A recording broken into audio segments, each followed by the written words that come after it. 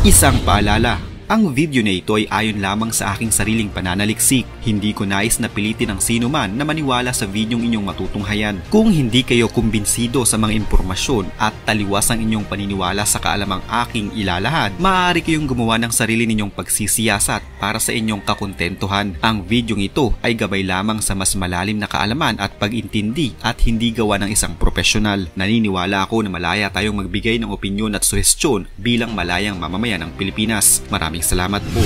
May mga bahagi na nakaraan na ayaw na nating muling balikan dahil sa iba't ibang mga kadahilanan. Pero kung may mga pangyayari noon na ayaw na nating muling alalahanin, meron din namang mga nangyari na gusto nating muling sariwain dahil nagdudulot ito sa atin ng kasiyahan.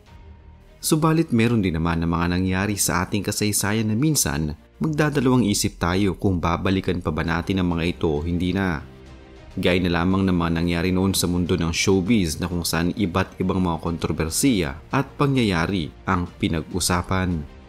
Tulad na lamang ng pagkakahulog ng Queen of All Media na si Miss Kris Aquino sa entablado na nakuhanan ng live sa telebisyon.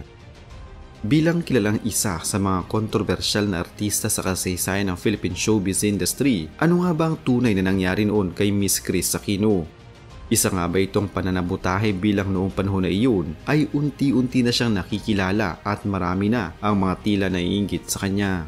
O sadyang kapabayaan ito ng mismong show na hindi nila pinag-isipan ang naging disenyo ng entablado? Ano nga ba ang tunay na nangyari noon? Halina't atin itong alamin. Si Kris Aquino ay isa sa pinakakilalang personalidad sa mundo ng showbiz at politika sa Pilipinas. Kilala bilang Queen of All Media, naging bahagi siya ng maraming palabas sa telebisyon, pelikula at advokasiyang panlipunan. Ngunit higit pa sa kanyang tagumpay sa karera, naging sentro rin siya ng maraming kontrobersiya mula sa kanyang mga relasyon, pampublikong pahayag hanggang sa pagiging bahagi ng isang prominenteng pamilyang pampolitika. Ang kanyang buhay ay isang salamin ng kasikatan, kapangyarihan at mga pagsubok na kaakibat ng pagiging isang pampublikong tao. Sa kabila ng lahat, nananatili siyang matatag at bukas sa pagbabahagi ng kanyang kwento, dahilan kung bakit patuloy siyang sinusubaybayan at pinag-uusapan ng sambayanan. Ang mundo ng showbiz ay puno ng makukulay na pangyayari. May tagumpay, may intriga at may mga hindi nasahang insidente na habang buhay ay naaalala ng publiko. Isa sa mga pinakatanyag na insidente sa kasaysayan ng Philippine television ay ang pagkahulog ni Kris Aquino sa entablado noong 1990 sa isang live na episode ng GMA Super Show. Bilang isang baguhan sa industriya noon, si Kris ay nagpo-promote ng kanyang unang pelikula nang bigla siyang mahulog mula sa stage sa harap ng libo-libong manonood. Ang insidenteng ito ay naging bahagi ng kasaysayan, hindi lamang dahil sa pagkagulat ng publiko, kundi pati na rin sa naging reaksyon ng kanyang pamilya at ng buong bansa. Hanggang sa kasalukuyan, ito'y isa sa mga pinakanaalalang live mishap sa telebisyon sa Pilipinas. Ang insidente kung saan nahulog si Kris Aquino sa stage ay isa sa mga pinakamatandang viral na eksena sa kasaysayan ng Philippine television. Nangyari ito noong Oktubre 1990 sa isang special na episode ng GMA Super Show, isang Sunday noontime variety show na pinangunahan ni Kuya Germs Herman Moreno. Si Kris Aquino na nooy 19 na taong gulang pa lamang at bagong pasok sa showbiz ay kasama ang kanyang leading man na si Rene Requestas upang i-promote ang kanilang unang pelikula, ang Pido Dida, Sabay Tayo.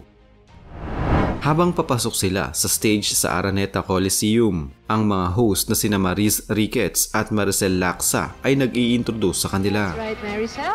At this point, ladies and gentlemen, let's have a duet number from the newest team to beat the box office. Ladies and gentlemen, please welcome Funny Man, Rene Requestas, and Kris Aquino! Dahil sa excitement, hindi napansin ni Kris ang tunay na hagdang baba at napadpad siya sa isang bahagi ng stage na tinakpan lamang ng manipis na tela. Dahil dito, siya'y nahulog at nawala mula sa paningin ng mga manonood.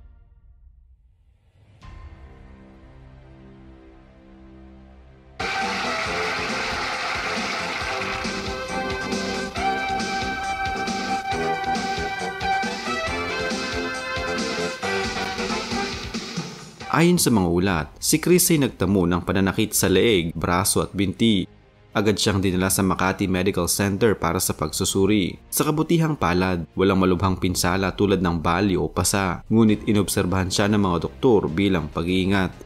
Ang kanyang ina, si Pangulong Corazon Aquino, na nooy nanonood ng live broadcast, ay agad na dumating sa ospital kasama ang kanyang mga kapatid upang tiyakin ang kalagayan ni Chris. Sa insidenteng ito, pinayuhan si Chris ng kanyang ina na magpahinga at huwag magmadali sa kanyang mga proyekto sa showbiz. Ang insidenteng ito ay naging bahagi ng kasaysayan ng telebisyon sa Pilipinas dahil sa hindi inaasahang pangyayari at ang pagiging viral nito sa media. Ang video ng kanyang pagkahulog ay muling lumabas sa social media noong 2016 at naging viral, na nagbigay daan upang muling mapansin ang insidente.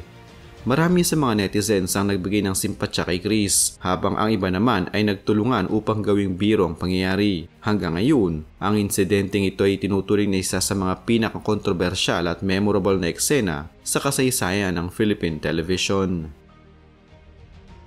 Matapos ang nangyaring insidente, ilang minuto lamang ay nagbigay agad ng reaksyon ng pamunuan ng naturang programa, kabilang na dito si Kuya Germs Herman Moreno.